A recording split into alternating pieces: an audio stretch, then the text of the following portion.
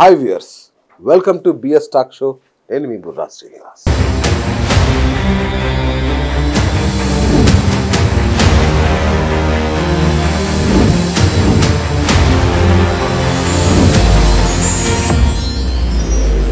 తెలంగాణ రాష్ట్రంలో కాంగ్రెస్ పరిపాలన ఏడాది పూర్తి చేసుకొని ఈ మధ్య విజయోత్సవాలు మొదలుపెట్టింది. మరి నిజంగా కాంగ్రెస్ పరిపాలనకి ఒక ప్రోగ్రెస్ కార్డ్ అంటూ రూపొందిస్తే దానికి మార్కులు ఎన్ని వస్తాయి, ఎలా వస్తాయి? బీసీ కమిషన్ సభ్యుడిగా 3 సార్లు చేసి బీసీ కమిషన్ చైర్మన్గా ఇటీవలే పదవి విరమణ చేసిన డాక్టర్ వకులాభరణం కృష్ణమోహన్ రావు గారిని వాళ్ళ స్టూడియోకి ఆహ్వానించాం. ఎందుకంటే తను బీసీ ఉద్యమకారుడు, ఎన్నో ఉద్యమాల్లో తెలంగాణ ఉద్యమ సహాయాన్నింటిలోనూ పాల్పంచుకున్న సీనియర్ రాజకీయ నాయకుడు. 2 సార్లు హుజురాబాద్ నుంచి ఎమ్మెల్యేగా పోటీ చేసిన అనుభవం కూడా తనది. మరి తన రాజకీయ ప్రస్థానం ఎలా ఉంది, ఎట్టుపోతోంది, ఇటీవల తాజా కులగణన ఏంటి, ఈ యొక్క ప్రభుత్వ పనితీరు ఎలా ఉంది తెలుసుకునే ప్రయత్నం చేద్దాం. అన్నగారు నమస్తే. నమస్తే బిఎస్ గారు. సో ఎలా ఉన్నారన్న? బాగున్నాం. కానీ మీరు మళ్ళీ కంటిన్యూ అవుతారు అనుకున్నాము. ఏం జరిగింది?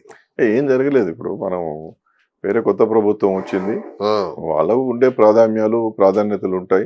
ఓకే, అందరూ అనుకున్నట్టుగా 6 నెలలు ఎక్స్టెన్షన్ ఇస్తే నేను కొనసాగించినటువంటి పనిని పూర్తి చేద్దాం అనుకున్నాను. కరెక్ట్. కానీ వారు పార్టీలో ఉన్నటువంటి సీనియర్స్కు అవకాశం ఇచ్చుకున్నారు. మంచిదే, కొనసాగాలి, దాని ఉంది. నాకు పెద్దగా అంటే పదవి రావాలి ఆ వ్యామోహంలో అయితే నేను లేను. మరి కొత్త ఆయన నిరంజన్ గారికి అవకాశం ఇచ్చారు. ఆయన కూడా పార్టీలో చాలా సీనియర్ మెంబర్గా ఉన్నాడు. ఓకే, వారికి అవకాశం ఇచ్చారు. వారు కూడా వారు చేసే పని వారు చేస్తున్నారు. రైట్. నేను ఒక మాట విన్నాను, నాకు అసలు బీఆర్ఎస్ లో సభ్యత్వమే లేదు, నేను కాంగ్రెస్ వారినే, నాకు కంటిన్యూ చేయండి అని మీరు అడిగినట్టుగా ఒక వార్త వచ్చింది. నిజమా? బీఆర్ఎస్ లో సభ్యత్వం లేదు, కాంగ్రెస్ లో సభ్యత్వం లేదు నేను ఎప్పుడు అనలేదు. కానీ కాంగ్రెస్ లో మొదటి నుంచి ఉన్నటువంటి వాడిని రాజశేఖర్ నేను 2 సార్లు మెంబర్ గా చేశాను.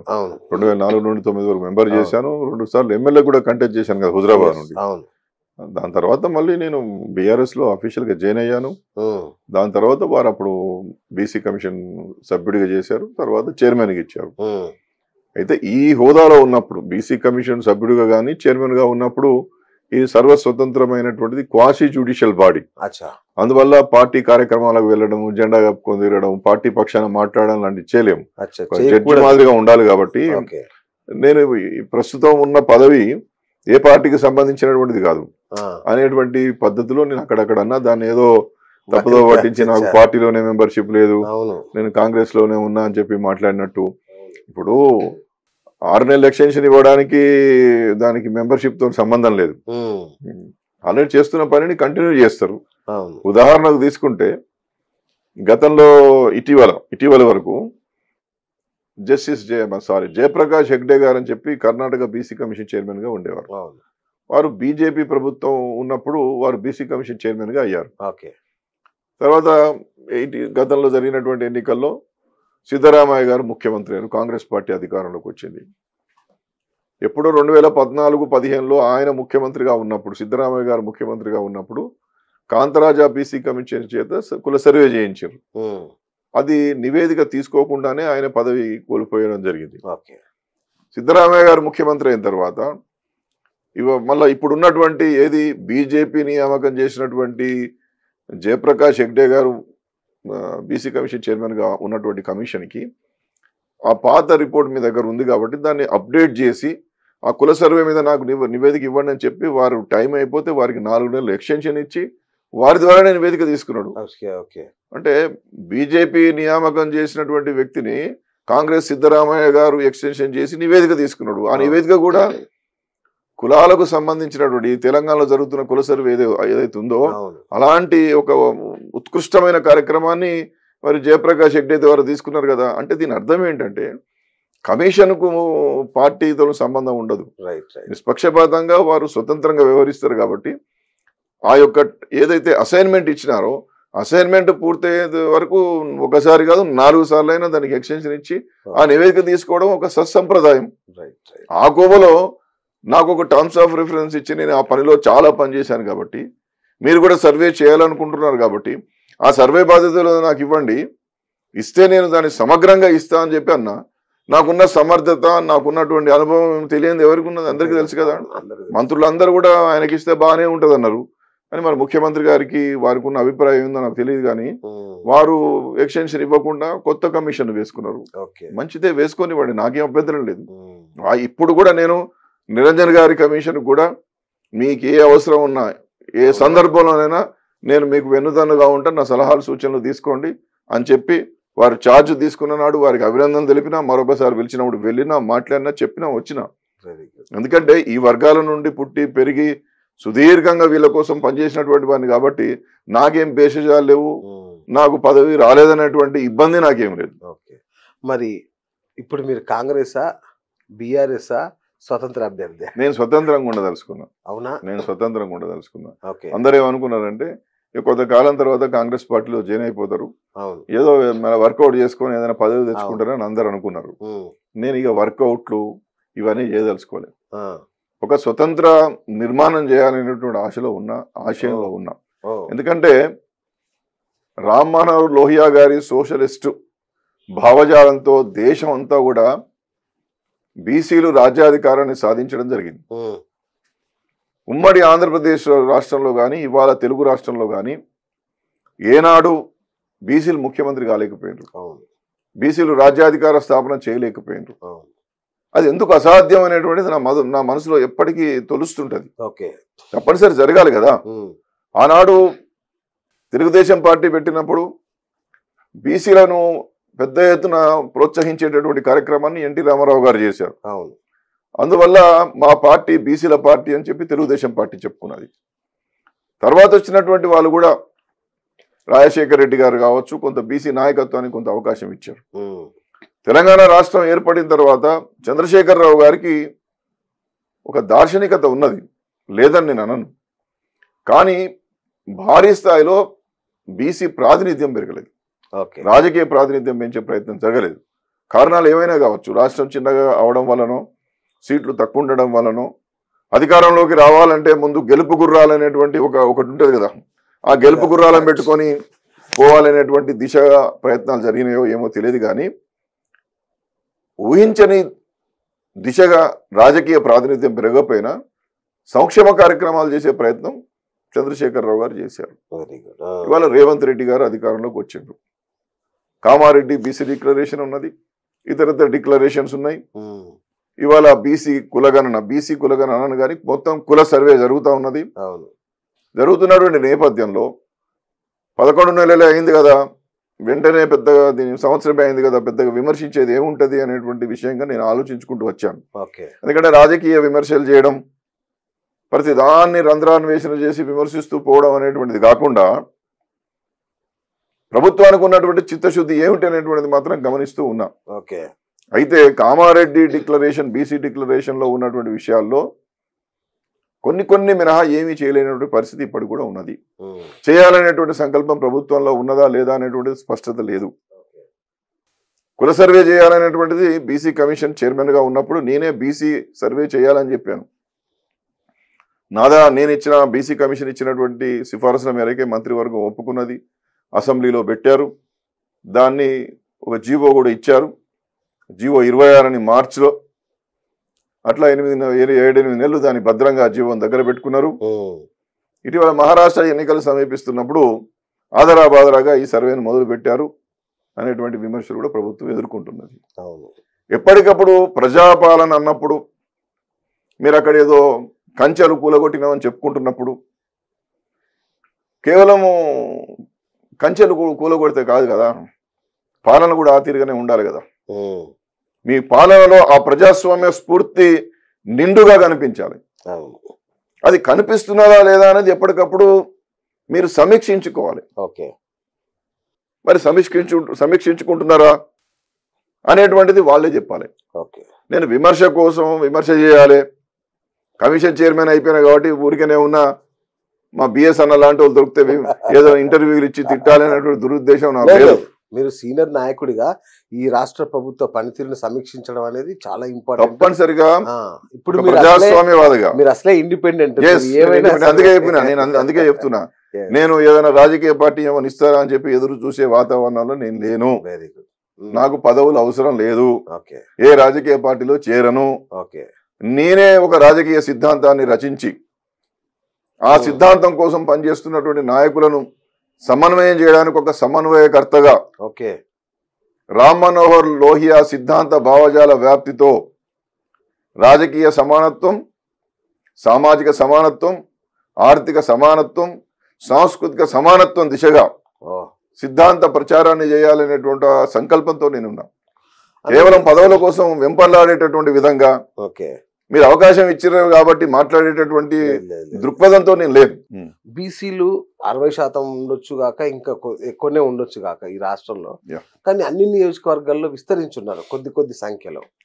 మరి ఇలాంటి నేపథ్యంలో బీసీల కోసం పార్టీ పెట్టడం ద్వారా మీరు అనుకున్న లక్ష్యం నెరవేరుద్ది అనుకుంటున్నారా? అయితే ఇవాళ మనం ఆలోచించాల్సింది, కొన్ని రాజకీయ పార్టీలు రిజిస్టర్ అయి ఉన్నాయి, కొన్ని జాతీయ స్థాయి రాజకీయ పార్టీలు కూడా ఇప్పుడు కొంత ఉన్నాయి. దాని మనుగడను చాలా బలంగా చూపించలేకపోతున్నాయి, కానీ ఆ పార్టీలు ఇవాళ ఈ రాష్ట్రంలో కూడా ఉన్నాయి. అయితే ఇక్కడ జరుగుతున్న పొరపాటు ఏంటంటే, మనం తయారు చేయాల్సింది పీపుల్స్ మేనిఫెస్టో, పీపుల్స్ జెండా, పీపుల్స్ ఎజెండా. నీ జెండా నువ్వే తయారు చేసుకో. గ్రామం నుంచి మనం వారి యొక్క ఆలోచనలను తీసుకోవాలి.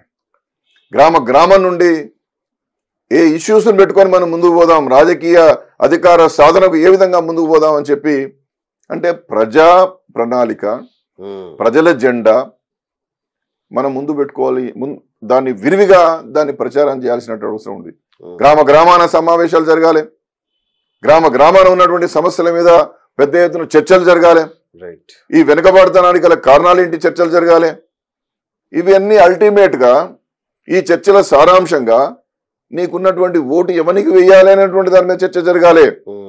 నీ ఓటు నువ్వే వేసుకోవాలి, నీ రాజ్యం నువ్వే ఏలుకోవాలనేటువంటి నినాదం ఏనాడో వచ్చినా అది పట్టణాలకే పరిమితం కావడం ద్వారా గ్రామ స్థాయి వరకు ప్రజలను కదిలించేటటువంటి దిశగా బలమైనటువంటి నాయకత్వం లేని కారణంగా, నాయకత్వం ఉన్న బలంగా నినాదాన్ని ప్రజలకు తీసుకుపోని కారణంగా ఇవాళ ఒక సుస్థిరమైన రాజకీయ వ్యవస్థ ఏర్పాటు జరగలేదు. ఇవాళ అది జరగాల్సినటువంటి సమయం ఆసన్నమైందని చెప్పి నేను చాలా స్పష్టంగా మీకు చెప్పదలుచుకున్నాను. ఓకే అంటే నేను అదే అంటున్నా, రకరకాల నియోజకవర్గాలు స్ప్రెడ్ అయి ఉంది కదా, ఎట్లా దాన్ని ఏకీకృతం చేస్తారు? చెయ్యాలి. ఇప్పుడు నేనేమంటున్నాను, ముందు మనం ఒక ఎజెండా తయారు చేయాలి. ముందే రాజకీయ పార్టీ పెట్టుకొని మేము ఈ పార్టీ పెట్టు నా దగ్గర పని చేయండి ఎవరు చేయడం. ఎగ్జాక్ట్లీ. సమిష్టి నాయకత్వం, సమిష్టి ఆలోచనలు, సమిష్టి సిద్ధాంతం, ప్రజల ఎజెండా. నా వ్యక్తిగత ఎజెండా పెట్టుకుంటే నాకు పదవి కోసం నేను పనిచేస్తే ఎవరు రాడు. బీసీలకే పదవులు అంటే మిగతా వాళ్ళు ఎవరు రారు. బీసీలకు మెజారిటీ బీసీలు ఇతర సామాజిక వర్గాలను కూడా కలుపుకొని పోవాలి. ఇప్పుడు 56%, 60% బీసీలు ఉన్నారు, మిగతా 20% కూడా కలుపుకుంటారు, 80% పోతాం. అప్పుడు అది తప్పనిసరిగా రామ్ మనోహర్ లోహియా గారు కానీ, బాబాసాహెబ్ అంబేద్కర్ గారు కానీ, నారాయణ గురు గారు కానీ, పెరియార్ రామస్వామి నాయకర్ గారు కానీ అందరూ ఇదే కోరుకున్నారు. ఆధునిక భారతదేశంలో శ్రీ రామ్ మనోహర్ లోహియా గారు 60%గా ఉన్న బీసీలు, 25%గా ఉన్నటువంటి ఎస్సీ ఎస్టీలు, ఇతర బలహీన వర్గాలను కలుపుకొని రాజ్యాధికార సాధన జరగాలని చెప్పి శ్రీ రామ్ మనోహర్ లోహియా కోరుకున్నారు. రామ్ మనోహర్ లోహియా వల్లనే, లోహియా సిద్ధాంతంతోనే, సోషలిస్టు భావజాలంతోనే అనేకమైనటువంటి పార్టీలు ఉత్తర భారతదేశంలో వచ్చాయి.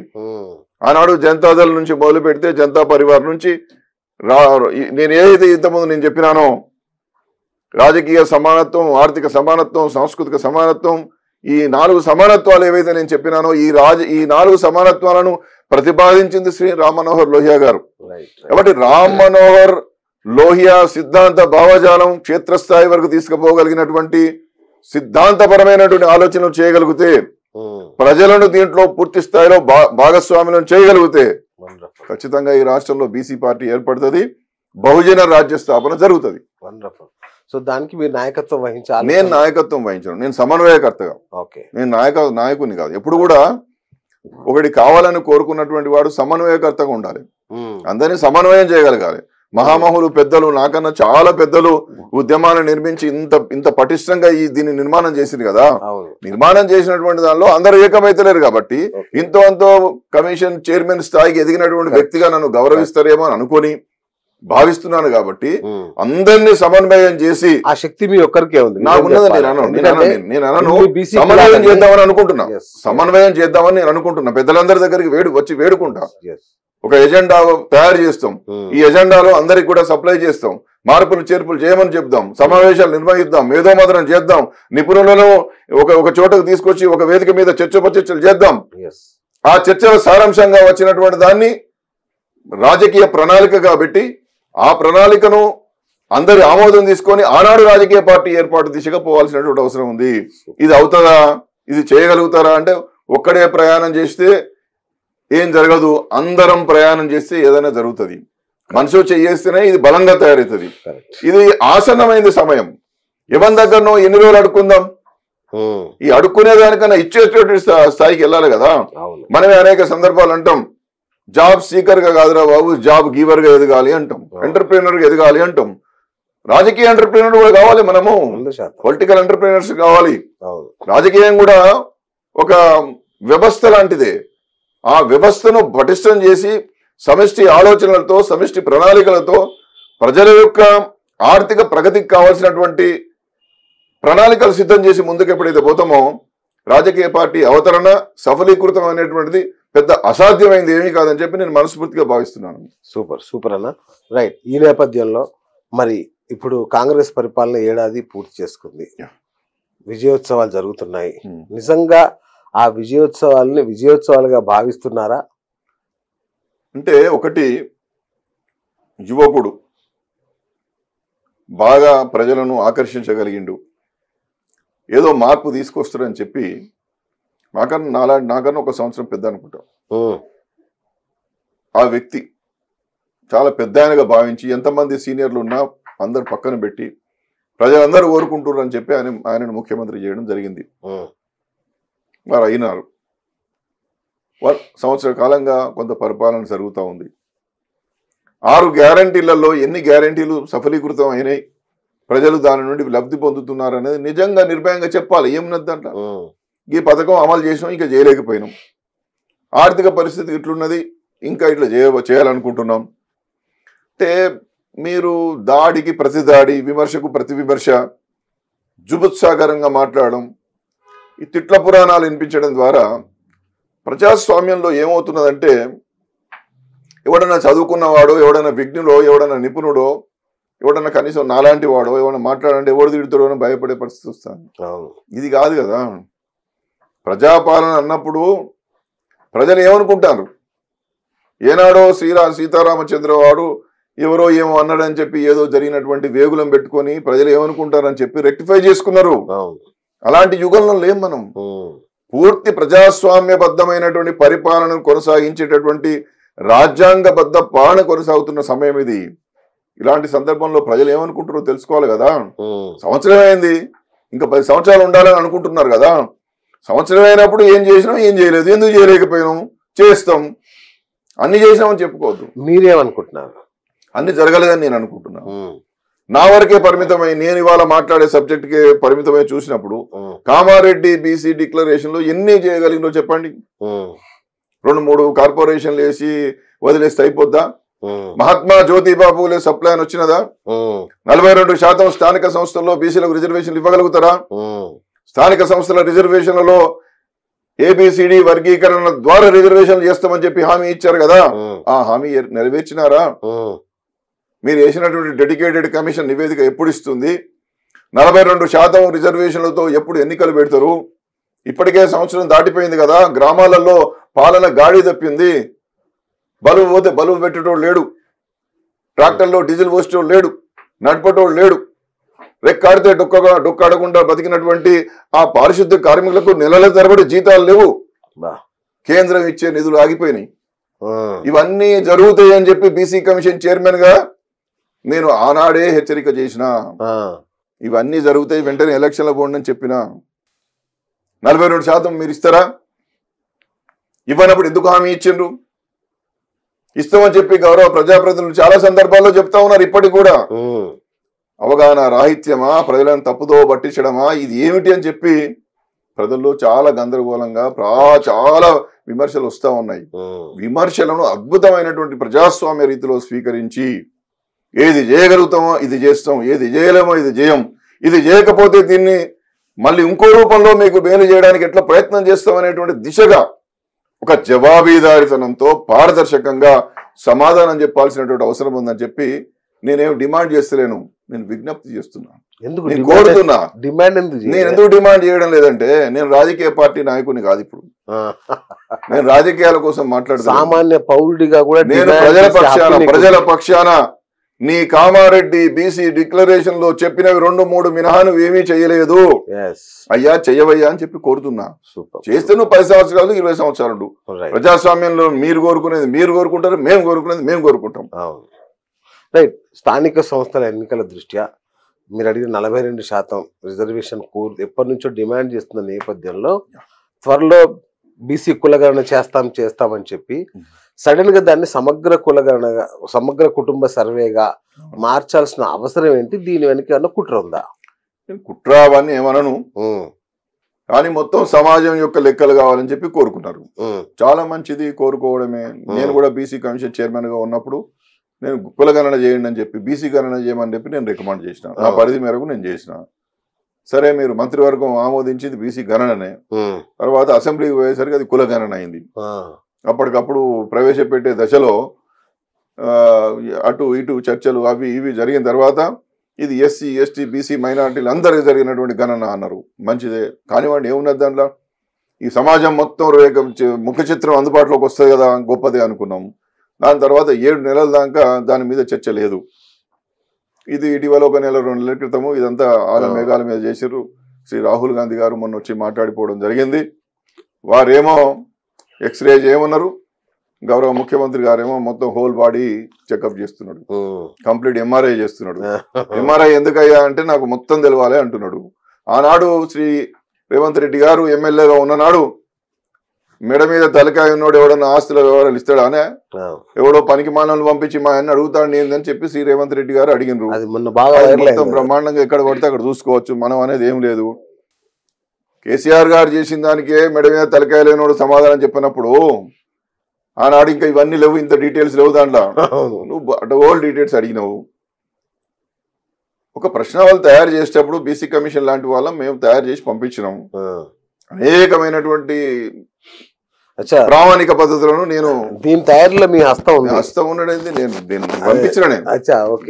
దాన్ని తయారు చేసి పంపించిన తర్వాత దాన్ని అనేక సంస్థలతో కూడా చర్చించిన. 55-56 ప్రశ్నలతో నేను పంపిన అన్నాడు. అయితే దీన్ని పబ్లిక్ డొమైన్లో పెట్టి అందరి యొక్క ఆమోదం తీసుకొని దీన్ని సవరించి కొన్ని తక్కువ చేయాలని నేను అనుకున్నాను. ఎందుకంటే కొంచెం ఎక్కువ వివరాలు ఉన్నాయి. ఈ వివరాలు అడిగితే right to privacy Puttaswamy case ఒకటి అడ్డం వస్తుంది, పర్సనల్ డేటా యాక్ట్ ఒకటి అడ్డం వస్తుంది, వ్యక్తిగతమైనటువంటి జీవితము వ్యక్తిగతమైనటువంటి స్వేచ్ఛ ఆర్టికల్ 21 అడ్డం వస్తుంది. ఈ ఇన్ని అడ్డం రాగా ఇన్ని వివరాలు ఇవ్వలేరు, ఓ 10-15 పెడితే బాగుండునని చెప్పి నా మనసులో ఉండే. తర్వాత చర్చ జరిగినప్పుడు నేను చెబుదాం అనుకున్నా కానీ ఆ లోపు నా పదవి కాలం ముగిసింది. తర్వాత కూడా నేను రిటర్న్ గా రాసి కొన్ని పంపిన. అయ్యా మీరు చెప్పి నేను నాకు అందుబాటులో ఉన్న గౌరవ మంత్రులకు ప్రిన్సిపల్ సెక్రటరీ గారికి చెప్పిన. నేను ఇక వారు ఏ మేరకు ముఖ్యమంత్రి గారు చెప్పిండ్రు, అది ఏం చర్చలు జరిగినాయి, బీహార్లో ఏ విధంగా జరిగిందనే దాని మీద అక్కడ శ్రీ రాజేందర్ గారు ఐఏఎస్ జిఏడి ప్రిన్సిపల్ సెక్రటరీ గారు వారిని ఉప ముఖ్యమంత్రి గారు మంత్రి గారు వీళ్ళంతా పిలిచి మాట్లాడినరు. ఈ పెద్దలందరితో చర్చలు జరిగినాయి అన్నారు. చర్చలు జరిగింది ఓకే, కానీ ఇది తయారు చేసేటప్పుడు వాళ్ళందరూ దీన్ని చూసిండ్రా లేదా అనేది నాకు అవగాహన లేదు. నా ప్రమేయం ఇక తర్వాత లేదు. నేను నన్ను అడగలేదు, నన్ను పరిగణలోకి కూడా తీసుకోలేదు.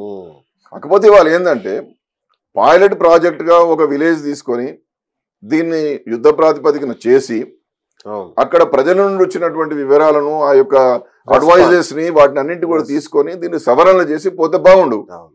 ఆగా మేఘాల మీద ధన ప్రింట్ చేసేసి వెళ్ళిపోయారు. ఈ గందరగోళ వాతావరణం ఏర్పడుతుంది. కొన్ని రాజకీయ పార్టీలు రాజకీయాలు చేస్తే కదా, రాజకీయాలు చేయడానికి కదా రాజకీయ పార్టీలు ఉన్నాయి. నువ్వు ఆనాడు ఈయన తిడితే ఈయన వాళ్ళు తిట్టడా? దానికి ఉంటది కదా, మళ్ళా ఉంటది కదా.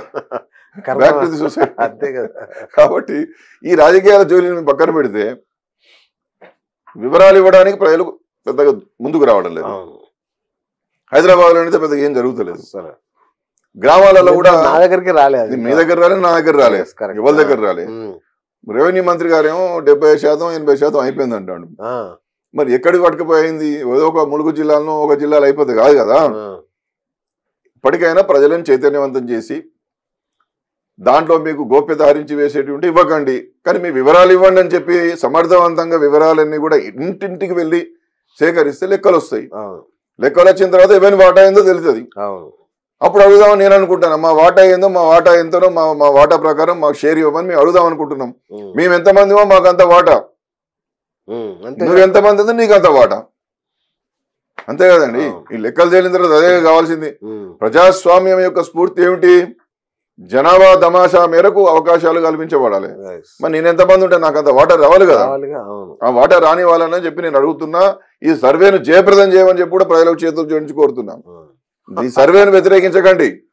ఒకవేళ ఇంటింటికి రాకపోతే ఎవరెవరు ఇంటికి రాలేదో రాష్ట్ర వ్యాప్తంగా లెక్కలు తీసి హైకోర్టుల ప్రజా ప్రయోజనాల వ్యాజ్యం వేసి ఇంటింటికి సర్వే చేసినట్టు నేనే కోర్టులకు వేసేస్తాం. సూపర్. ప్రజల పక్షాన్ని నిలబడి ఇంటింటికి సర్వే జరగాలని కోరుతున్నా. ప్రశ్నల్ని ఇష్టం ఉంటే తీసే, లేకుండా లేదు.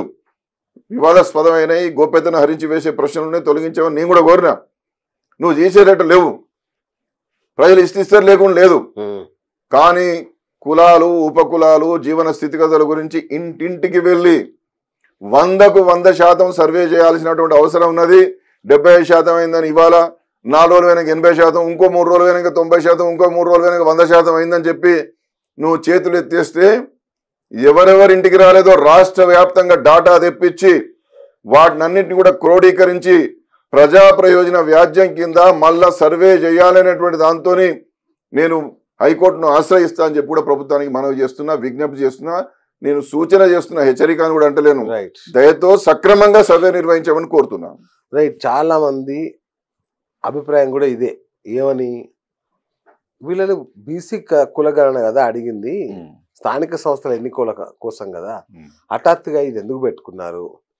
ఏ వకలాభరణం లాంటి వాళ్ళు ఎవరో కేసు వేయకపోతారా, దీన్ని ఆపేయకపోతారా అని చూస్తున్నారనే ఒక అపప్రద కూడా వచ్చింది ఇప్పుడు దీని మీద.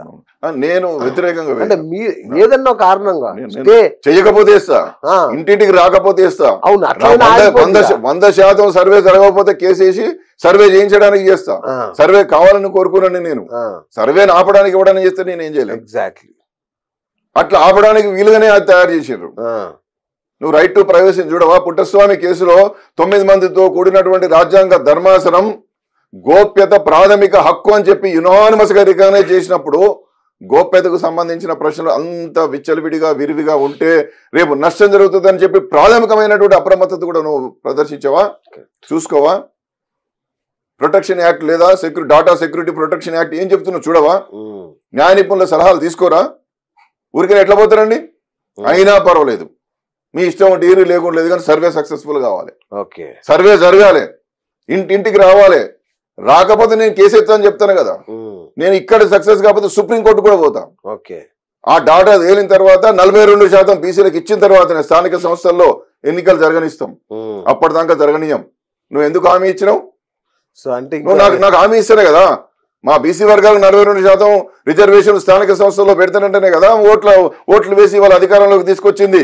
అవును, నువ్వు మొత్తం డాటా తీసుకొచ్చి సేకరించినావు. ఈ డాటాలో బీసీలు ఎంతమందో తేలింది. ఈ డాటాను ముందు పెట్టుకొని ఇంత సర్వసమగ్రంగా శాస్త్రీయంగా మేము చేసినాం. నువ్వు కోర్టులను ఒప్పిస్తావో మెప్పిస్తావో ఏం చేస్తావో నాకు తెలియదు. 42% రిజర్వేషన్ ఇవ్వాలని కూడా నేను డిమాండ్ చేస్తా ఉన్నా. సో ఇంకో 5 ఏళ్ల తర్వాత ఇక బయటకు వచ్చేది ఈ లెక్క. రైట్. కేసీఆర్ మౌనాన్ని ఎట్లా చూడాలి? సంవత్సరం అయింది, ఆయన ఉలుక్కు లేదు పలుకు లేదు, ఏంటి? కేసీఆర్ అనేవాడు రాజనీతిజ్ఞుడు. ఒక్కనిగా బయలుదేరి తెలంగాణ తెచ్చినోడు. నేనోడు కాదు. గౌరవనీయులు శ్రీ రేవంత్ రెడ్డి గారు కూడా టీవీలలో చెప్పాడు, మెచ్చుకున్నాడు. తెలంగాణ తీసుకొచ్చింది కేసీఆర్ అని చెప్పి శ్రీ రేవంత్ రెడ్డి గారే చెప్పారు. ఎందుకంటే మరి ఇప్పుడు అంతా తిడతాండే రోజు తెల్లలేస్తే. కాబట్టి వారి వీడియోలు చూసుకుంటే తెలుస్తుంది. శ్రీ రేవంత్ రెడ్డి గారు టీవీలలో తెలంగాణ తీసుకొచ్చినోడు ఎవడంటే తెలంగాణ తీసుకురావడంలో శ్రీ కేసీఆర్ గారే తీసుకొచ్చిండు, ఆయన పాత్ర బహుముఖంగా ఉన్నదని చెప్పి అన్నారు. వారికి అవసరం ఉంటే నా దగ్గర చాలా వీడియోలు కూడా ఉన్నాయి, పంపిస్తే వాళ్ళు ఎవరికైనా కావాల్సి. కాబట్టి తెలంగాణ తీసుకొచ్చినటువంటి ఒక్క వ్యక్తిగా బయలుదేరి 1000 అడుగులను ఘనంగా దాటి ఒక విజయశాంతి నువ్వే ఉన్నావు కదా మీరే తీసుకొచ్చిర్రా అంటే కూడా ఉద్యమం మొదలుపెట్టింది ఆయనే, జయశంకర్ సార్ నుంచి స్ఫూర్తి పొందింది ఆయనే, కోదండరెడ్డి సార్ లాంటి కోదండరామ్ సార్ లాంటి వాళ్ళను జేఏసీ చేసింది వేరు, పెద్దలు జానారెడ్డి గారు లాంటి మహామహులను దీనిలో భాగస్వామ్యం చేసింది వేరు. కాంగ్రెస్ ఎంపీలందరినీ కూడా ఏకపక్షంగా ఈ నిర్ణయం తీసుకోకపోతే ఏమైతామో అని చెప్పి భయభ్రాంతులకు గురి చేసి ఇటువైపు పయనం చేసేటట్టు చేసింది వారు.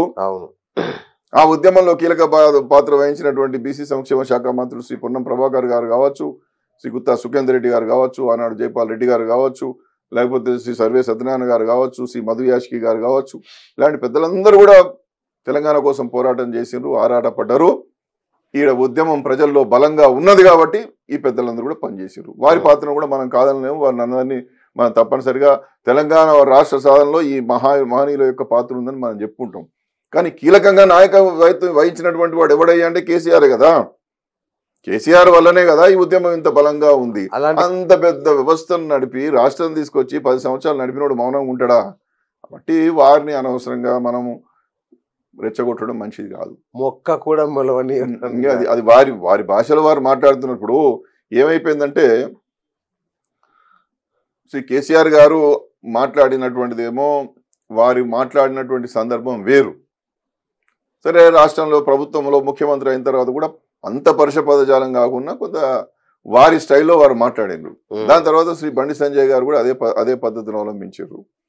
వారు కొంత సక్సెస్ అయ్యారు. బండి సంజయ్ గారు కూడా బీజేపీలో బలమైన నాయకుడు ఎదిగి సంజయ్ గారిని తీసేసినప్పుడు ఆయన ఉంటే బాగుండనేటువంటి చర్చ కూడా జరిగింది. ఈ రోజుకి ఆయన ఉంటే బాగుండనే చర్చ నడుస్తుంది. అదే పద్ధతిలో శ్రీ రేవంత్ రెడ్డి గారు కూడా అదే పరుష పదజాలం, అదే స్టైలు, అదే వ్యవస్థ నడుస్తున్నది. ఇక అదొక రాజకీయ రంగంలో ఆ ప్యాషన్ ఇవాళ ముందడిగే సాగుతున్నది, ప్రజలు హర్షిస్తున్నారని అందరూ అనుకుంటున్నారు. అది ట్రెండింగ్ ఉన్నది. కానీ ఇవాళ ముఖ్యమంత్రి అయిన తర్వాత శ్రీ రేవంత్ రెడ్డి గారు మాట్లాడుతున్న భాష కొంత ఇబ్బందికరంగా ఉన్నది. కొంత వయస్సు, అనుభవాన్ని చూసి కూడా మీకు అద్భుతమైన అవకాశం, ఎవరికి రాని అవకాశం కాంగ్రెస్ పార్టీలో శ్రీ రేవంత్ రెడ్డి గారు. కాంగ్రెస్ పార్టీ అంటే తెలంగాణ రాష్ట్రానికి రెండో ముఖ్యమంత్రి గారు కాగలిగిన చరిత్ర మిగిలినరు. భాషను మార్చుకొని అనవసరంగా పరుష పదజాలం అవసరం లేదు. మీ ముందు అద్భుతమైనటువంటి ఒక భవిష్యత్తు ఉన్నది. మీరే 10 సంవత్సరాలు ఉంటా అని చెప్పుకుంటున్నారు కాబట్టి ఖచ్చితంగా నిర్మాణాత్మకమైనటువంటి ఆలోచనలు, నిర్మాణాత్మకమైనటువంటి సూచనలు, ఊకే బస్తీ మీద సవాలనే పద్ధతులు ఉండొద్దు. బాలకృష్ణ గారి సినిమా కాదు కదా. వరంగల్ మీటింగ్ లో 50 నిమిషాల్లో 50 సార్లు కేసీఆర్ పేరు ఉంది. మంచిది కాదు అది. నేను ఒక వ్యక్తిగా చెప్తున్నా, ఒక అంతో అవగాహన ఉన్న వ్యక్తిగా నేను మాట్లాడేది ఏంటంటే, వీడేంద్ర నాకు చెప్పేది అనుకుంటే నేనేం చేయలేను. కానీ ఎందుకంటారే కాబట్టి మీరు ఆలోచించాల్సింది ఏంటంటే, ఆయన ఏదో ఆయన రెస్ట్ తీసుకుంటా వకలాభరణం అన్న ఫస్ట్ టైం ఒరిజినల్ గొంతు తెరిచి మాట్లాడుతున్నాడు. మళ్ళీ మీరు తగ్గొద్దిగా. తగ్గేది లేదు. పుష్ప 2 కూడా వస్తుంది కదా, తగ్గేది లేదు. నేను అనేది ఏంటంటే, ఇప్పుడు కేసీఆర్ గారు మౌనంగా ఉన్నారని ఎవరు అనుకుంటారు? ఏం చేస్తాడో ఆయన, ఎంత రాజనీతిక ప్రదర్శిస్తాడో. దేశాన్నంతా హైదరాబాద్ వైపుకు, తెలంగాణ వైపు చూపించగలిగినటువంటి వ్యక్తిని పట్టుకొని తెలంగాణ రాష్ట్రం సాధించి పెట్టి ఎవరు అన్నా అనుకోకుండా ప్రగతిని మాత్రం అవినీతి వాడి మీద మాకు అవగాహన లేదు, వాడి గురించి మేము మాట్లాడలేము, దానికి చట్టాలు చుట్టాలు వ్యవస్థలు ఉన్నాయి, వీరు అధికారం ఉన్నారు, మీరు ఏం చేస్తారో చేసుకోండి. మీరు ఉన్న ఆస్తులు అమ్ముకున్నారు, మీరేమో ఉన్న ఆస్తులు అమ్ముకున్నారు అంటున్నారు. నా గురించి పక్కన పెట్టండి. అంటే దానికి సంస్థలు ఉన్నాయి, ఏజెన్సీలు ఉన్నాయి, వాటి పని అది చేసుకుంటది. కానీ తెలంగాణ ముఖ చిత్రాన్ని ప్రపంచంలో ఒక గొప్పగా చూపించిన వ్యక్తిగా కేసీఆర్ ను అభినందించడంలో, వారిని ప్రశంసించడంలో ఏమాత్రం తప్పు లేననేది నా మాట. కరెక్ట్. దాన్ని మీరు కాదనుకుంటే మనం ఏం చేయలేము. ఇవాళ మనం తిడతాం కావచ్చు, కానీ చరిత్ర నుంచి ఎవరు దుడిపేస్తారు? ఎవరు దుడిపేయగలుగుతారు చెప్పండి? తెలంగాణ ఎవరు తీసుకొచ్చిందంటే రేవంత్ రెడ్డి తీసుకొచ్చింది. అందుకే నిజంగా మొక్కనేనా కేసీఆర్? ఇంకా అది మొక్కనా, కల్పవృక్షమా, వటవృక్షమా? రాజకీయ పరిణతితో మాట్లాడాలి. ఎందుకంటే ముఖ్యమంత్రి కదా, your big boss of the entire the Telangana state కదా. మీ వయసు ఉన్నా, ఏదున్నా, ఏమున్నా, నేను ఉత్తమ్ కుమార్ రెడ్డి గారు అంగీకరించారు, జానారెడ్డి గారు అంగీకరించారు, కోమటి రెడ్డి గారు అంగీకరించారు, పొన్నం ప్రభాకర్ అంగీకరించారు. ప్రతి ఒక్కరు ఈజ్ మై బాస్ అనేటువంటి దశలో మీరు కూర్చున్నప్పుడు బట్టి గారు అంగీకరించారు. బట్టి గారు మొదటి నుంచి పార్టీలో ఉన్నారు. పొన్నం ప్రభాకర్ గారు తెలంగాణ ఉద్యమంలో కీలక పాత్ర వహించినోడు. మరి వాళ్ళంతా సీనియర్ మోస్ట్. వాళ్ళు తెలంగాణ రాష్ట్ర సాధనలో ఎంత గొప్ప కృషి, రాత్రింబవళ్ళు కష్టపడ్డోళ్ళు కదా ఎంపీలుగా వీళ్ళందరూ కూడా. వాళ్ళందరూ కూడా ఇవాళ నిన్ను ఆనాడు మీరు తెలంగాణ ఉద్యమంలో ఎక్కడ ఉన్నారో మనకు తెలియదు, కానీ నాకు పెద్ద జ్ఞాపకం లేదు. వీళ్ళంతా హీరోలు, మీకు తెలీదా? వీళ్ళంతా హీరోలు కదండి. ఇవాళ హీరోలంతా యు ఆర్ మై హీరో అంటున్నారు. దాన్ని నిలబెట్టుకోవాలి. చిన్న వయసులో వచ్చినటువంటి అవకాశాన్ని, అద్భుతమైనటువంటి ప్రజాస్వామ్యంలో ఒక రాష్ట్రానికి ముఖ్యమంత్రి 40, 56, 57 ఏళ్ళకు మీరు కాగలిగినంటే మీరు ఎంత గొప్పగా ప్రవర్తన చేస్తే అంత గొప్పగా ఉంటుంది. విమర్శలు, దుర్విమర్శలు, సద్విమర్శలు రెండు ఉంటాయి. దుర్విమర్శలను కూడా మిమ్మల్ని కావాలని రెచ్చగొట్టి, మిమ్మల్ని కావాలని ఇబ్బందులు పెడితే కూడా ఆ విమర్శల్లో ఉన్నటువంటి అసలు విషయాన్ని గమనించి మీలో మార్పు కోసం ప్రయత్నం చేయాలి. కేసీఆర్ను తిట్టున్నాడు ఎవడని ఉన్నాడా? తాగి పన్నడానుడు, అమ్ముడు వేడినానుడు, ఎక్కడ వేడినానుడు, అసలు కేసీఆర్ పడ్డాను తిట్లు ఎవడన్నా పడ్డా? మరి ఆయనకు అంత ఆదర్శంగా ఉన్నావు, గాయనం తిట్టుడు ఎందుకు? నువ్వు నీ పన్ను చేసుకోక, నీ గ్యారంటీలు ఏందో, నీ 420 హామీలు ఏందో, నువ్వు బీసీ డిక్లరేషన్ ఏందో చేయరాదు. నువ్వు ఇన్ని హామీలు నెరవేరిస్తే 10 సంవత్సరాలు కాదు 20 సంవత్సరాలు నువ్వే ఉంటాం. ఇక మేము బీసీల పార్టీ పెట్టాం, మీ ఎంబడే తిరుగుతాం అని. ఇవాళ బీసీలందరూ ఏకమై రాజకీయ పార్టీ పెట్టాలి. ఇక మనకు సమయం ఆసన్నమైంది, మనం ఏకం కాకపోతే మనకు జీవితం లేదు, భవిష్యత్తు లేదని ఎందుకు అనుకుంటున్నారు? 10 ఏళ్ళు బీసీల రాజకీయ పార్టీ గురించి ఎందుకు కూసురాలే? ఎందుకు కూసురాలేదు? ఇవాళ బల్లన్న అంత బలం ఎందుకు గెలిపిస్తున్నాడు? నీ పార్టీలో ఉండి బల్లన్న అంత గట్టిగా అనిపిస్తున్నాడు కదా. వచ్చి ఇక ఈయన లాస్ట్ ముఖ్యమంత్రి అంటాడు. కాంగ్రెస్ పార్టీ శాసన మండలి సభ్యులు శ్రీ గౌరవనీయులు తీర్మాన మల్లన్న గారు ఏమంటున్నారు? నువ్వే లాస్ట్ ముఖ్యమంత్రి అంటున్నాడు, ఈ పార్టీకి రాదు అంటున్నాడు. కాబట్టి ఆయన మాటల్లో ఉన్న వాస్తవాన్ని గమనించండి. మళ్ళీ ఆయన కథం పట్టించే పని చేయకండి. ఆయన వెనుక చాలా మంది ఉన్నారు. ఇప్పుడు ప్రజల పక్షాన ప్రజల వాయిస్ను వినిపిస్తున్నటువంటి వాడు చాలా గొప్పవాడు. ప్రజాస్వామ్యంలో ప్రజామోదంతో మాట్లాడేటటువంటి వాళ్ళను అంచివేయాలని చూస్తే ప్రజలు తీర్పు చెప్తారు. ఓటు అనేటువంటిది చాలా బలమైనటువంటి ఆయుధం అనేటువంటిది మనం మర్చిపోవద్దు. కాబట్టి ఇవాళ మీరు అడగకపోయినా లగచర్లలో ఒక సంఘటన జరిగింది అనుకోండి, మీ నియోజకవర్గంలో జరిగింది. ఒకనాడు మీరు ఆడ కూర్చొని ఏమైంది బిడ్డ ఏంసి అని చెప్పి కూర్చొని మాట్లాడుకొని సెటిల్ చేసుకొని, ఇగో ఇది కాబట్టి ఇది ఇష్టం బిడ్డ, ఇక్కడ 1 ఎకరం కాబట్టి 4 ఎకరాలు ఇస్తుందని చెప్పి మాట్లాడుకొని నువ్వు ఎంత హుందాతనంగా మీ యొక్క పరిపాలన తీరును మీరు చూపించాల్సి ఉంటే తీసుకుపోయి కాబట్టి ఆదివాసులను తీసుకుపోయి రోకల్ మండలి ఎక్కించుడేంది? కలెక్టర్ కొట్టింది ప్రచారం అయితే లేదు, కొట్టిరా లేదా నాకు తెలియదు. మీరు చేసేదాన్ని వాళ్ళ ఉన్నత న్యాయస్థానం పట్నం నరేందర్ రెడ్డిని మీరు అరెస్ట్ చేస్తే ఉగ్రవాద అని అడుగుతున్నారు. కలెక్టర్ని ఎందుకు కొట్టి తప్పే కదా అరెస్ట్ చేసి అంటలేరు.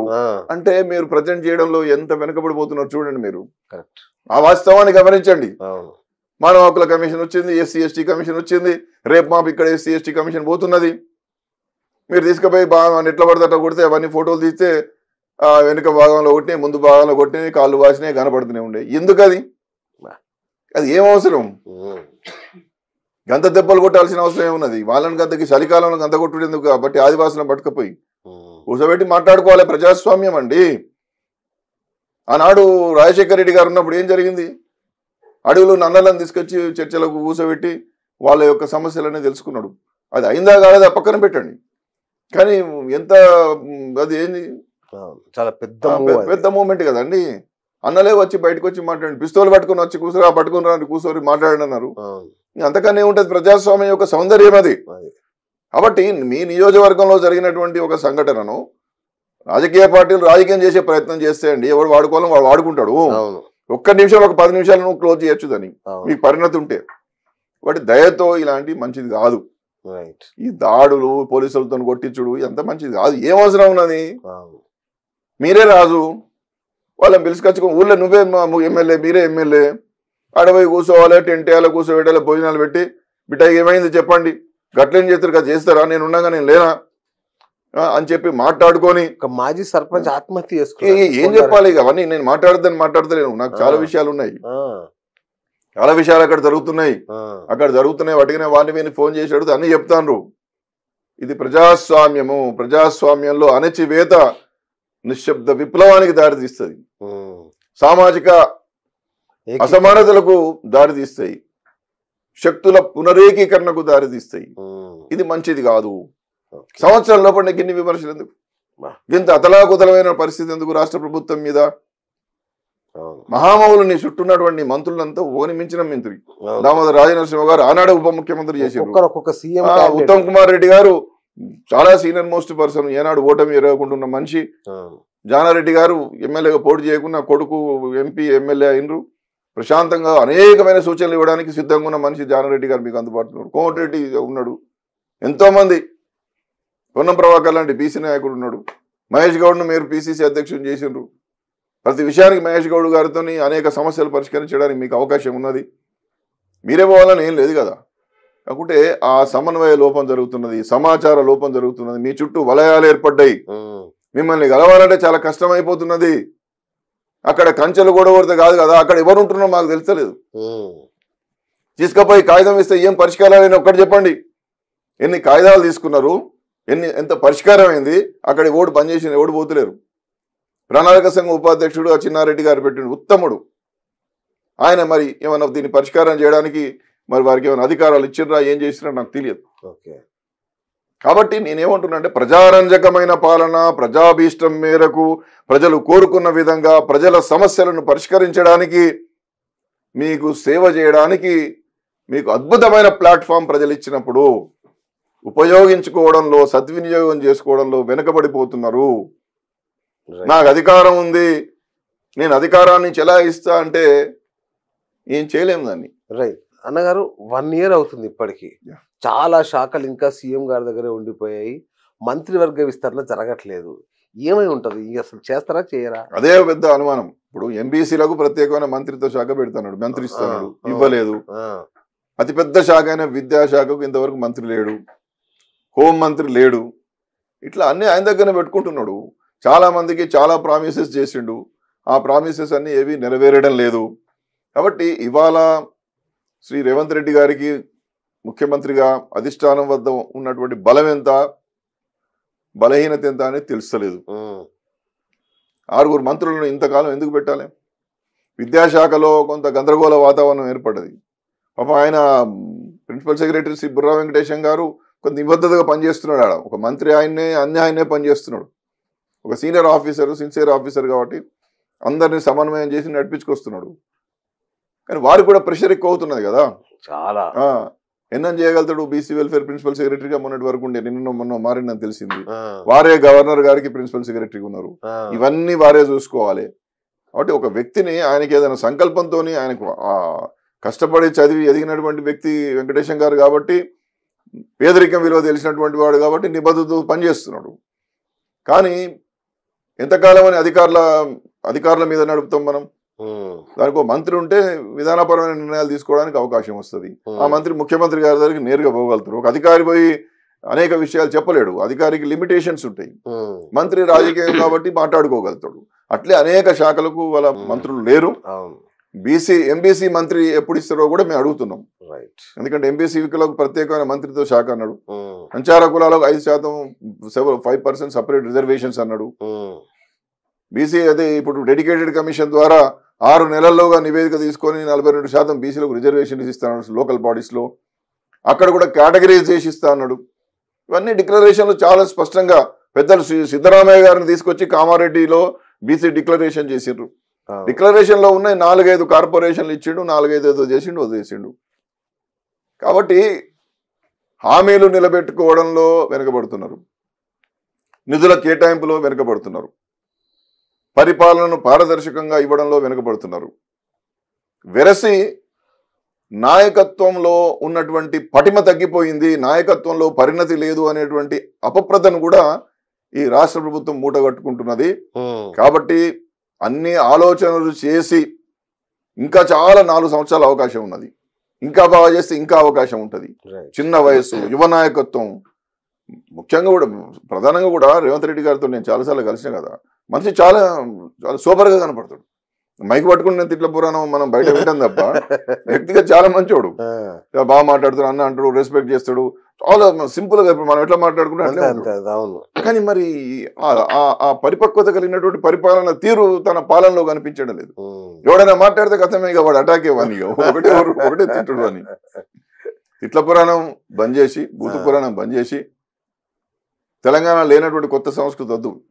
ఇప్పుడు కేసీఆర్ మాట్లాడు, ఆయన ఇవన్నీ పక్కన పెట్టండి. కేసీఆర్ గారు 10 ఏళ్ళు అయిపోయింది, రెస్ట్ తీసుకుంటారని రెస్ట్ తీసుకొని ఇక వారిని మళ్ళీ బయటికి రానియకు. నీకు ప్రజలు అధికారం ఇచ్చారు, ప్రజలు మీకు అధికారం ఇచ్చిండ్రు. మీ అధికారంతో ప్రజారంజక పాలన చేయండి.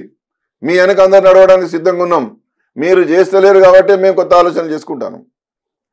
రైట్. మొన్నటి మహారాష్ట్ర ఎన్నికల్లో రేవంత్ రెడ్డి ఎక్కడైతే ప్రచారం చేశాడో అక్కడ అన్ని చోట్ల ఓడిపోయినట్టు రిపోర్ట్స్ వస్తున్నాయి. కాంగ్రెస్ పార్టీ అక్కడ ఘోరమైన పరాభవం కూడా చేసుకుంది. బీజేపీ విజయ్ దుందుబి అక్కడ. దీన్ని ఎట్లా విశ్లేషిస్తారు?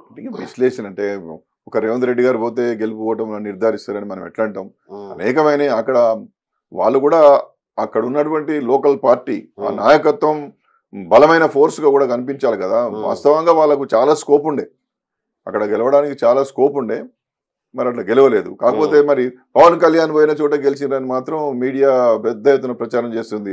7 చోట్ల తిరిగితే 5 చోట్ల గెలిచిండ్రని చెప్పి, ఆయన బాగా తిరిగాడు అని చెప్పేసి. మరి వీరు కూడా అట్లా ప్రచారం చేసిండ్రా చేయలేదా, వీరు ఏం బాధ్యతలు తీసుకున్నారు నాకు అవగాహన లేదు. కానీ రేవంత్ రెడ్డి గారు పోతేనే ఓటమి అయిందని మనం అనలేము, మరి అంత పరిపక్వత లేకుండా మాట్లాడలేం. కానీ ఒక పెద్ద స్పేస్, ఒక అద్భుతమైన అవకాశం మహారాష్ట్రలో ఉండే. సర్వసాధారణంగా ఖచ్చితంగా ఇండియా కూటమి వస్తుందని చెప్పి అందరం అనుకున్నాం. మరి బీజేపీ వస్తున్నది, అది గమనించాలి. అది గమనించకుండా ముందుకు పోవాలి కదా. మరి మీ 6 గ్యారెంటీలు గురించి చర్చ జరిగింది. మీ కులగణన గురించి శ్రీ రాహుల్ గాంధీ గారు ప్రతి చోట చెప్పిండ్రు. కులగణన ఆరంభించినా చెప్పి ఇక్కడి నుంచే మొదలుపెట్టి అక్కడ దాకా చెప్పిండు, అయినా నమ్మలేదు. దానికి కారణం ఏంది? అక్కడ మరాఠా ఉద్యమం బలంగా ఉన్నది, బీసీల ఉద్యమం బలంగా ఉన్నది. అసలు మరాఠాలను బీసీలలో కలపాలనేటువంటి ఉద్యమం ఒక రాజకీయ వ్యవస్థను మొత్తం అతలాకుతలం చేసి శాసించే స్థాయిలో ఉన్నది. అయినా వాళ్ళే గెలుస్తారు కదా. కాబట్టి ప్రజలను ఎవరైతే రీచ్ కాలేరో, ప్రజలకు ఇచ్చిన హామీలను ఎవరు నెరవేర్చలేరో, ప్రజల మెప్పు ఎవరైతే పొందలేరో వాళ్ళకు ప్రజా కోర్టులో ఓటమి తప్పదు, శిక్ష తప్పదు. అన్న ఇంకొక విషయం, ఫైనల్గా బీజేపీ దేశవ్యాప్తంగా 3వ సారి అధికారంలోకి వచ్చిన తెలంగాణ రాష్ట్రంలో వేళ్ళూనుకోవడం లేదు. ఎక్కడ పొరపాటు జరుగుతుంది ఆ పార్టీ? వాళ్ళ సిద్ధాంతం లేకుండానే పోతున్నారు. వాళ్ళ సిద్ధాంతం ఏంది? అసలు సంజయ్ గారిని పెట్టారు, తొలగించారు, కిషన్ రెడ్డి గారిని పెట్టిండ్రు. కిషన్ రెడ్డి గారు సికింద్రాబాద్కు పరిమితమై వారు కేంద్ర మంత్రిగా వారున్నారు, జమ్మూ కాశ్మీర్ అటే చూసుకుంటారు, వారి వస్తలేరు. సంజయ్ గారు కరీంనగర్కు పరిమితమైండు, వారి పరిమితి వారిని చాలా లిమిట్ చేసినారు. రాజేంద్ర గారు లాంటి నాయకుడు దీనిలో చేరినాక మల్కాజిగిరి ఎంపీగా ఉన్నారు, వారు పార్టీ అధ్యక్షుడు అవుతారు అనుకున్నారు. మీరు బీసీ ముఖ్యమంత్రి నినాదం పెట్టి ఎన్నికల్లో పోయిన వాళ్ళు అదే కదా, మళ్ళీ వెంటనే బీసీ అధ్యక్షుని చేసి తీసేసి అదే బీసీ నినాదంతో ముందుకు పోవాలి కదా. సరే బీసీని తీసి కిషన్ రెడ్డి గారిని పెట్టిర్రు, సరే అది కొంత దాని మీద చర్చ జరిగింది, దాని మీద అవసరం లేదు. ఎన్నికలు అయిన తర్వాత, లోక్సభ శాసనసభ ఎన్నికలు అయిన తర్వాత ఇదిగో ఈటల రాజేందర్, అదిగో ఈటల రాజేందర్ అని చెప్పి రోజు పత్రికల్లో చూసినాం కదా.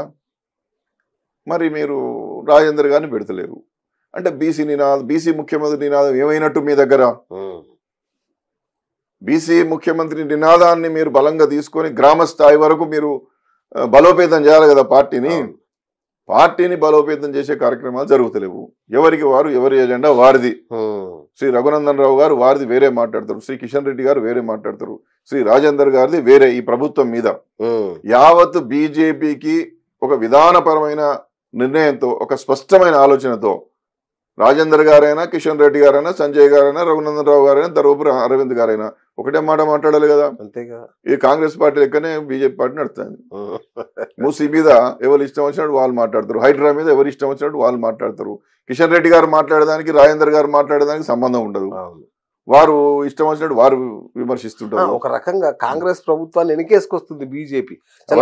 కనబడుతుంది, ఇది ఇంత స్పష్టంగా కనబడుతున్నది. వారి మీద నేను విమర్శ చేయదలుచుకోలే, వారి లోపాలను ఎత్తి చూపే ప్రయత్నం చేయను. మీ బీసీ ముఖ్యమంత్రి నినాదం ఏమైంది? మీ బీసీ ముఖ్యమంత్రి నినాదం ఏమైంది? అంతే కదండి. వేర్ ఇస్ ద యువర్ నినాదం? అప్పటికప్పుడు మీరు అధికారంలోకి వస్తే ముఖ్యమంత్రి అన్నారు, కనీసం మీరు బీసీ అధ్యక్షులనే చేస్తలేరు కదా, బీసీ నాయకత్వాన్ని బలోపేతం చేస్తలేరు కదా. ఎన్ని జిల్లా అధ్యక్షులను బీసీలకు ఇచ్చిర్రు, ఎన్ని నియోజకవర్గం ఇన్ఛార్జీలను బీసీలకు ఇచ్చారు. కాబట్టి నాయకత్వాన్ని బలోపేతం చేయకుండా, ఆ నాయకుడిని నియోజకవర్గం స్థాయిలో శాసనసభకు రేపు ఎన్నికయ్యే నాయకుడని మీరు చెప్పకుండా మీరు ఇచ్చే నినాదం ఉండదు కదా. అందుకని ఇప్పుడు నినాదాన్ని బలపరిచే దిశగా ప్రయత్నాలు చేయండి. రైట్. ఒక సీనియర్గా, ఒక తటస్థుడిగా, ప్రస్తుతానికి తటస్థుడిగా వచ్చే అంటే ప్రభుత్వం ఏది ఏర్పడే అవకాశం ఉంటుంది? అంటే టూ ఇయర్లీ క్వశ్చన్, కానీ బీసీ ఉద్యమ స్వభావాన్ని బట్టి చూసినా, ఇప్పుడు జరుగుతున్న పరిపాలన దాన్ని బట్టి చూసినా నెక్స్ట్ ఎవరికి అవకాశం ఉండొచ్చు? బీసీ సిద్ధాంత భావజాలం చాలా ప్రబలంగా ఉంటుంది. అన్ని రాజకీయ పార్టీలు బీసీలకు పెద్ద ఎత్తున టికెట్లు ఇవ్వాల్సిన అగత్యం ఏర్పడుతుంది, అనివార్యత ఏర్పడుతుంది. బీజేపీ అయినా, కాంగ్రెస్ అయినా, బీఆర్ఎస్ అయినా, ఎవరైనా. ఆ ప్రభావం ఎప్పటి నుంచి మొదలవుతుంది తెలుసా మీకు? రేపు స్థానిక సంస్థల్లో గెలుపు ఓటముల నుండే బీసీలు బలంగా తయారైపోతారు. మీకు సర్పంచులు పెద్ద ఎత్తున బీసీలు గెలవబోతున్నారు. ఎంపీటీసీలు, జడ్పీటీసీలు, మున్సిపాలిటీస్లలో కూడా పెద్ద ఎత్తున బీసీలు రాబోతున్నారు.